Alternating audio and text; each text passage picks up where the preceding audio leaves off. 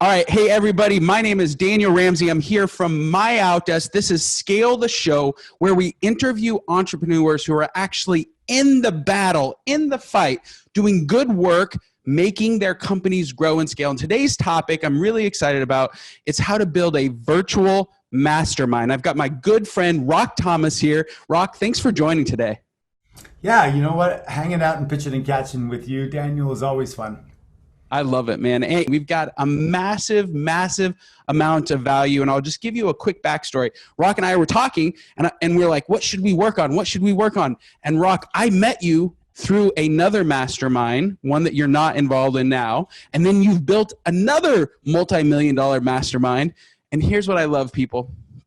Rock's mastermind has focused on building millionaires. So building millionaires. How many millionaires have you built, Rock? 61 in the last 4.5 years.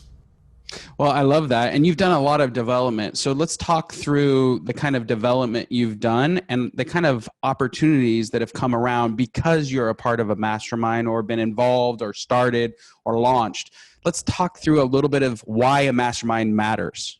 I've done a bunch of stuff because we both wanted to be around people that wanted to be the best version of themselves while having a blast, right? Right. We didn't want to wait till we're 65 to go traveling around the world when we can't do physically the things we could do today. So the important thing about a mastermind, it really comes from Napoleon Hill's Think and Grow Rich, is the collective union. Think of one log on a fire versus 12 logs on a fire. One is burning, maybe well, maybe not so well. 12, it's a roaring bonfire. You share in the energy, the collective energy increases. And so when you put people together, I can learn something from you about family or about scaling a business, and I could share with you and teach you something about hiring or training, whatever the case may be. And all of this is done in a sense of harmony, and it's unfiltered. It's not, you're not paying me and I'm not paying you. Hire a coach is great. It's awesome. But you know what? They sometimes are going to draw a line on telling you what you need to hear because they might get fired. Right. Well, and I know from my own experience, when I'm in a group of other CEOs or other entrepreneurs or leaders, what happens is I'm getting advice not from somebody who hasn't done it or hasn't been there, but I'm getting advice from other entrepreneurs who also have large teams or also have complex businesses or also are challenged and maybe even alone. I think too many times we're talking about the growth aspect, but we're not talking about the fraternity aspect. And what I love about your mastermind is it's like you have a brother in arms. So talk a little bit about that phenomenon for a mastermind. Yeah, well, I'll tell you what I've learned over time, Daniel, is that we all respond to motivation in different ways. Mm-hmm. You and I, like if you and I are going to go play ultimate frisbee, which we have, and we're opponents, I know your style. But if we're on the same team, I might walk up to you and I say, listen, I bet you can't beat John on the other side. Yeah. And I know that's going to light a fire under your ass.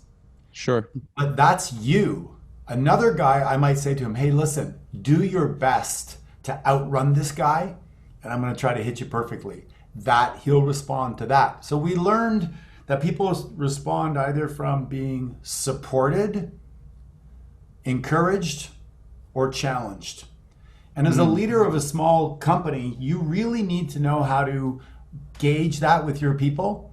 Because if you challenge the high S, the high C all the time, they're going to get crushed and they're going to quit. Right. I love that. Okay, why is a mastermind, why would that help you generate revenue and grow your business? I'm just kind of curious for the business perspective. If, for instance, somebody in Florida, we have a Florida person, says, you know what, I'm going to create a local mastermind where I'm going to put all of my people together and we're going to help each other grow, and we're going to create an ecosystem of other businesses in my area. What would that do for that person's business? Like, what is your perspective in terms of growing that local mastermind? Well, there's a lot of things. Number one is it's going to force you to develop your leadership skills. And leadership skills today, with everything going on with the pandemic and all of that, is a scarce commodity. Yeah. So organizing people, pulling them together, learning how to inspire and motivate and create a collective union of those minds will require you to become a better leader. Number two is a word that begins with an A that a lot of people don't like, Yeah. but that when you harness its power, it changes the way you perform as a human, and it's called accountability. Mm. And there's forms of it. So you can be accountable by hiring a coach. You can, I laugh when people go, yeah, well, I'm accountable to myself.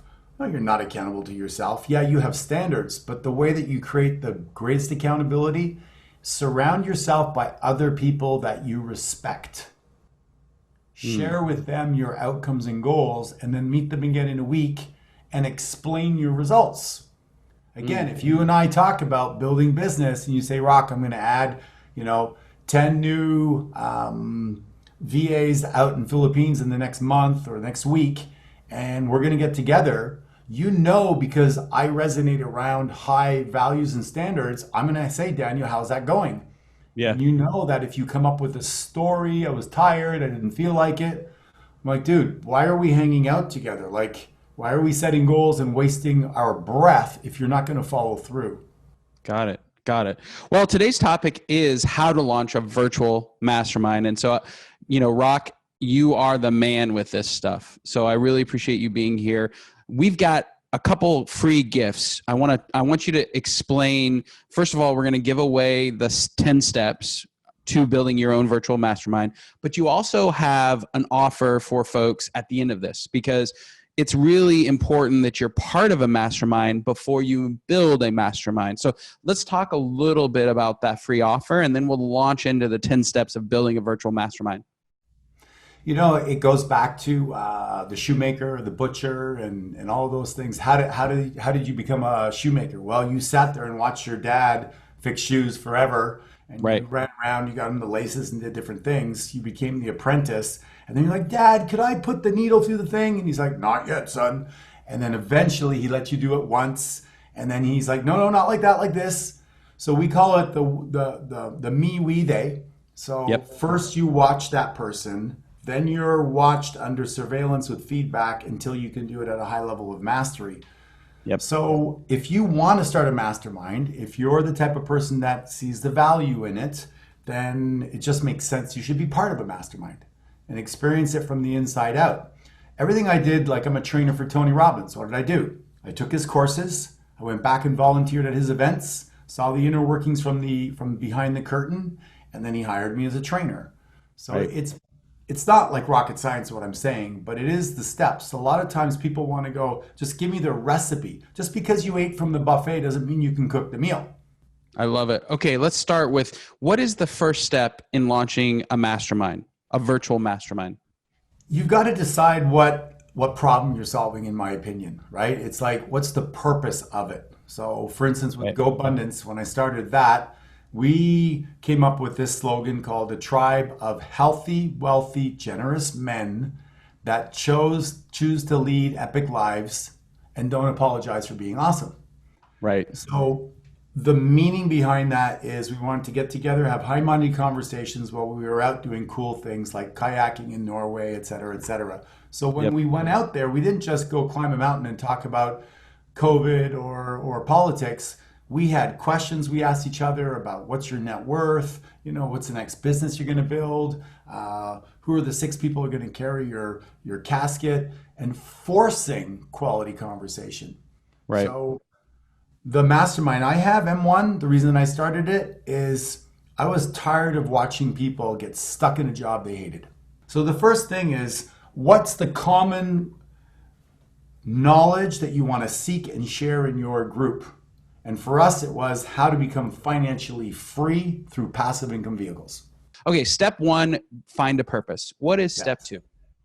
Step 2 is to get your core group. We were 6 guys. We started our core group, and then we locked ourselves up at a house for 2 days, and Yep. we brainstormed literally in the mastermind model.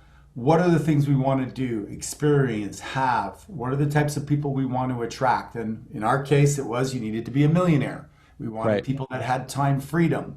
We wanted people that were high-minded in their conversation. We also wanted people that were going to be conscious about their relationship with their families and how could we improve that and be better fathers and come home and be better brothers.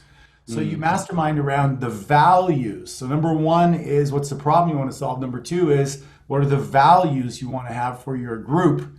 Create a core group, and then that core group can go and help find other people, which is step number three. I love it. One of the things, this is probably the most difficult piece, setting a purpose, getting your core group, and then finding people to attract. So Yes. talk about some of the mistakes that you made or some of the learnings that you've had, because I only learn lessons unless I get hit in the heart or in the pocketbook. Those are the two Right. places so what lessons did you learn along the way of building this Gosh. mastermind? There's so many, like you said, there's so many nuances to it. Yep. It's like running a business. You need a website, you need all kinds of stuff. But I would say one of the big ones is the desire to grow anything is diluting your message. So we would sometimes accept people into the group that later on were not a fit. Yeah. And that was the big thing. So we learned to improve our onboarding, and we call it disqualification. So if you enter into an interview, John wants to join your tribe.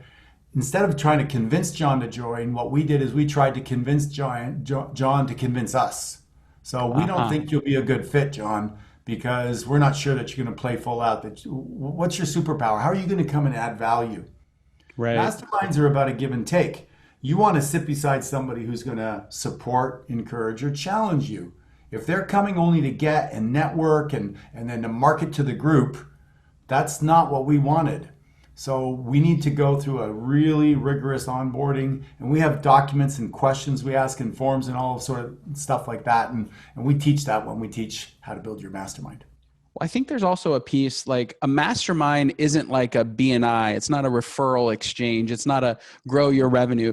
You're actually there, and somehow there's a community piece to it. So is that one of the steps? I'm just kind of curious Yes. if building the community. Let's talk about how you do that up front, because I think that's probably the reason most masterminds fail versus be successful. And you've been part of several that have been successful. So what we did is we just created a bunch of sayings, maxims that define and become the guardrails of success. So for Okay. instance, one is in M1 is what we call aggressive inclusionment. Anytime you're in a conversation Yes. and somebody else walks by, it is on your duty to include them into the conversation so nobody ever feels left out. So that's one of our maxims, and that defines the culture, which creates the behavior. I got you. And do you define that up front? Is that something that you take a group of 20 or 50 and then try to pull it out of the group? I'm kind of curious, Yeah. the process there. Great question. So I've been in personal development for 30 years. I've been part of Tony Robbins' mastermind group. So I ripped off and duplicated some of his stuff. Yeah. I took from T. Harv Eker, which I was a trainer for him for several years, and he ran events and masterminds. So the whole yoga and meditation thing that we do at GoBundance, that Yes. came from my experience with T. Harv Eker. Right. And I said, hard charging individuals need to dial things down. This is a hard thing for them to do. So we're going to put that placeholder in place that I got from there. With Tony Robbins, I grabbed some of the cultural sayings and some of the energy pieces and the music, etc. So I really just took from the different experiences I had, and then I added some of my own flavors. And as I developed as an individual, and then we have a process called CSI, Creative Suggestions for Improvement. So after every event, we sit down as a team and we go, what worked, what didn't work, and how do we do it better? Yep. Take feedback from the group. We ask them, what do you like, what don't you like, and then you refine. And that's how you create your group. I love it. Okay, let's talk about step number 4, which is your enrollment plan. Talk about how you enroll somebody into this culture, because you do need a secret handshake and maybe a hat and maybe a different coat, right? We've tried a few of those things, and some people get weirded out, gets a little bit hokey and stuff like that. Yeah. So it just depends on your group. But yeah, we have that kind of onboarding process, and I think that a bit like a fraternity in college, there's a bit of an initiation thing. There's a little bit of like, hey, here's what you need to get on. It really depends on what you want to do. For us, it's really meeting two or three members and having the members go, you know what? Yeah, I spoke with Daniel. We had a conversation. I like the reasons he wants to join the group. I think that he brings some value. And you get two or three people in your group to sign off on the individual. I And gotcha. we have several people that do what we call the discovery call. And Yes. it can last for 45 minutes to an hour. It's in Mm. depth. But what I love about it, the enrollment process and picking your purpose, it's like a glue or a lubricant to conversation and connection. Like Yeah. you and I can walk into a room with Yeah. any M1 person or GoBundance Yeah. person or any mastermind that you and I both been a part of, and within like 5 minutes, I get their entire life story Right. quickly and succinctly, and then I can share mine in 5 minutes, and now I feel closer and more connected to a large group of people. And I think that's an important piece of building a mastermind. And that you can set as a culture. So you can just set as a culture in the code of conduct that we go deep quick. Yeah. And that's how we go, and expect to get some tough questions right up front. Like, Daniel, what are you passionate about? What's the thing Yeah. that keeps you up at night? What's the one decision you haven't made that you know you need to make that will Mm. change your life? One question that I have, you mentioned not doing advertising, like, and not and Initially. not going initially, yeah, but Yeah. staying small. So how do I form, like, how do I get people on board? Because I think a lot of people, like, they miss that step of like creating something of value that somebody would want to be a part of. Yeah, or if you don't have the confidence, like you're not yet there yet, and you're like, well, what value, what problem can I solve? I just want to hang out with a few people. There's a myriad of things, and so I have a lifetime membership for M1. It's a Yep. 1 year curriculum and then a lifetime, and we have people that have been in and they redo the curriculum because the 10 habits of a millionaire that got me to become a millionaire also got me to become an 8-figure net worth individual and is marching me toward 9 figures Right. because the fundamentals don't change. Right. So everything that you're going to learn, you're going to start where you are and you're going to build from there. So whoever is, I mean, a lot of your listeners are real estate people and entrepreneurs. Yeah. And so again, think about what collective conversation you want to be part of.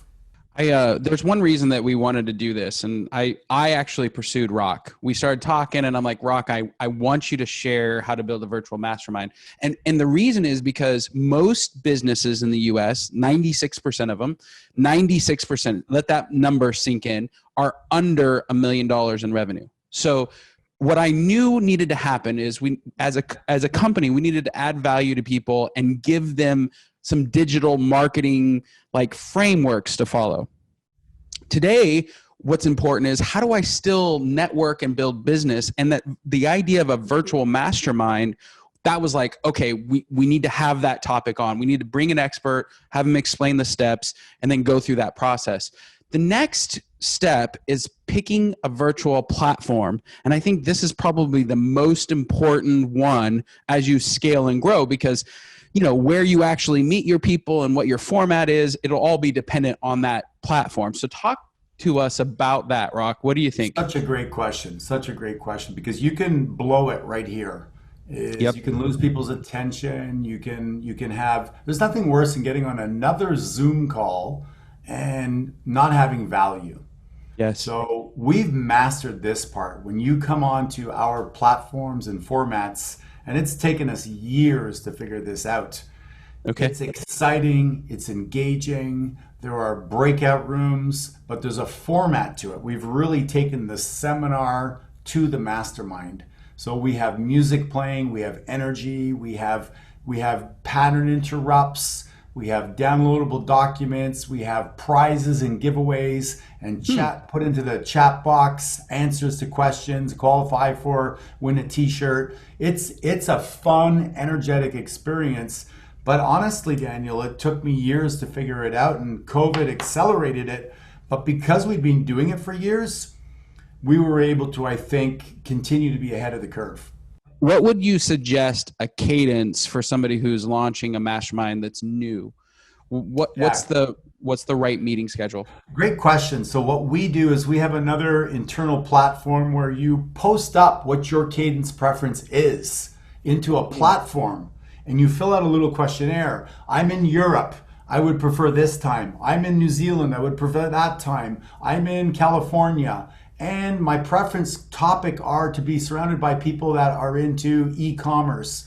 So there's categories they drop down from, and then they collectively get pooled together, and then you make your team or your match based on some criteria that are important to everybody. Instead, what we used to do is we'd be like, hey, go in that group there. They go, yeah, but they all want to meet at 7:00 p.m. I'm in Germany. That's 2:00 in the morning for me.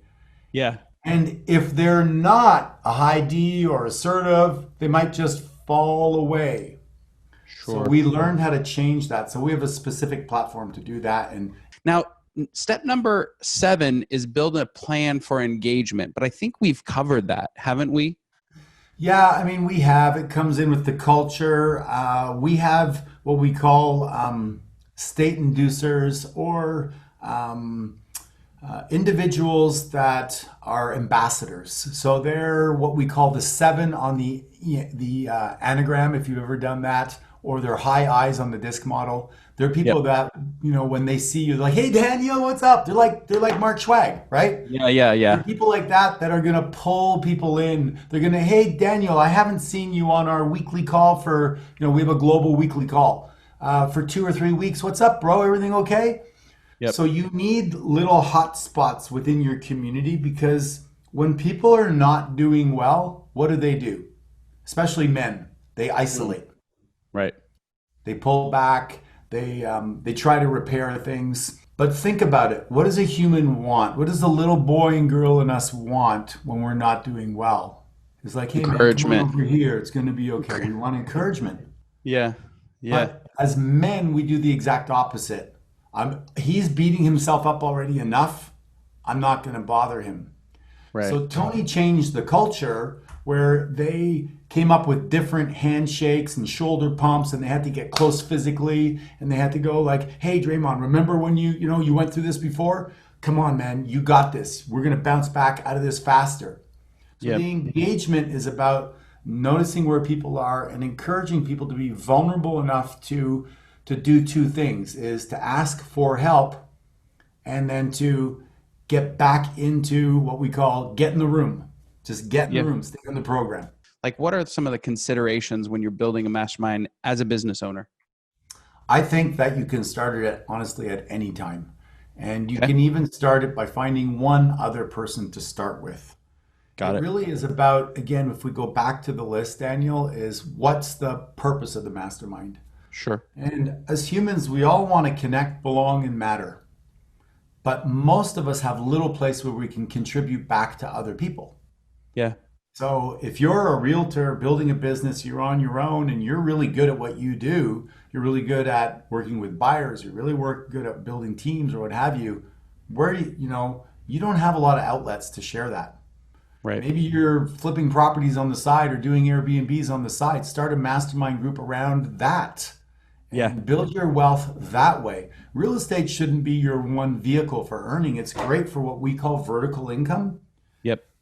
But you're in the field, you're seeing deals. You should flip properties, you should be buying properties and holding, you should be learning about syndication. So whatever you're passionate about, I would encourage you to get involved in that. Number 8 is build accountability. Let's talk about how do you build accountability in a mastermind? We have a thing called over communicate, and you are responsible for your whereabouts. Any leader is seen, right? Yes. You don't go like, where's Tom Brady? Tom Mm. Brady's on the side of the bench. He's playing. He's active. He's talking to people. He gets on the field. You know where he is, Yes. right? If he's injured, you know where he is. Your job in accountability is to set some of the rules that help people become accountable, because we do not live in a culture where people are accountable. We live in a culture called the blame game, especially with the politics we have today. This is a really important question. Who should lead a mastermind, and what's the kind of culture you need to have in order to do what you're doing? Well, I think leadership is about doing what you say you're going to do. And if you're not the type of person and you come up again with excuses and you're unreliable and you have trouble organizing things, then you're probably not the person to lead a mastermind. You might make a good co-pilot, right? There are people that are good co-pilots in life. Yeah. There are people that are good caddies in life. Not everybody's going to take the pressure of the golfer. So I think you need to be the type of person that is going to lead. Here at MyOutDesk, we have 1,200 people and Right, about 900 clients. So, right. we've got 2,000 humans to manage. It's like herding cats sometimes. And I like to say people are messy. I bless them. I Yeah. love them, but stuff happens. So how do you handle, when everything isn't going perfectly and there's a conflict? So habit number 9 is called reframing. And it's a skill. And we teach people how to reframe things. So humans give meanings to things. Somebody arrives late, you're upset. You found out that they really just booked a different time. You have conflicts within the tribe. You've got to understand the meaning that people give to it. So when you understand the habit number 9, you'll have the tool to be a bit more of a better of a life coach in that situation. Yeah. Seek to understand both sides and then mitigate. What's next for you? You've created 60 plus millionaires. You've got 350, members, active members in your mastermind. I hear Germany, Australia. I know you've got tons of people in the US and Canada, but you're around the world now. What's next for M1? What do you believe you've learned now that you've scaled the business and really helped a lot of people? Yeah, I mean, it's a great question, but it's like anything else. You want more. You want more impact. You want to touch more lives. My vision is to have 100 members in every major city across the world so that they can meet locally and they can Yes. serve each other. And what we found is that we call it the whole life millionaire, Daniel. It's people are healthier, they have better relationships. And here's what it's like when you solve the money problem to a certain degree, you have more bandwidth to deal with the other crap in your life. Yes. You can learn how to be a better father. You can spend time doing yoga or going to treat your bad back at the Cairo Wednesday afternoon at 2 o'clock. You're not at your job, putting it off until it becomes chronic. So Right. what we do first is we help people gain back their time by becoming financially more structured and stable. Yep. Then we start to work on the other areas of their life. So this is where you have to talk about your offer because I think it's insanely generous for people. And I want you to just enunciate all the things that you're giving our audience today. Sure. So I came across after training with Tony and T. Harv Eker and all these top people that there were the same things that trouble people, the same things that become problems. And as a coach back in the late 2009-10, I was speaking about 100 times a year throughout North America, mostly to realtors, mostly at real estate boards and real estate offices. And then they would hire me as a coach. And I would talk about the same things over and over again. I got so tired of saying it. I recorded it and then wrote a book about it. Yep. And I've been teaching that. It's been the foundation for M1. So these top 10 habits or rules, as I call them, are the foundation of the work. So they're gonna, if they choose to, join me and my coaches for 90 days. We're gonna teach them these 10 habits. We're gonna help them understand that breaking their patterns takes a little bit of time and energy. They'll learn the mastermind system where they sit down with other people and share their goals and dreams and get supported, encouraged, or challenged. They will get my Sunday system for success, which is something I've been doing for 15 years, which helps people be more productive. It's freaking awesome. They'll love it, and it'll gain them about 5 to 10 hours a week. And they'll get my life planner, which is my third book, which is basically your journal, your agenda, and your goal setting device all in one. They'll get all that. They're going to get one of my very first products was called the 6 Keys to Success. It's actually really freaking great. And it's about 5 hours of audio program. I used to sell it for $500. Today we sell it for $70 or something like that. They're going to get that. And normally it's $975 for this 90-day challenge, the coaching, the content, etc. Rock, we're gonna finish up with one final question, man. How did you get so awesome? You know, thank you. We all have that little voice inside of ourselves that, we always want to grow and learn and do more. But I think the answer is that we all have a seed inside of us for greatness. Yeah. And you got to decide where you're going to plant that seed and what soil. Mm. If you plant it in the wrong soil, you're screwed. And for me, the Mastermind Group and M1 and all that is a greenhouse. And it eliminates the noise, the clutter, the negative conversation, and it allows you to flourish. And so I get so excited about helping people flourish, accelerate things, get better results. And I say, what I want is your success story. That's what I want, right? Whatever that is, whatever you want to create.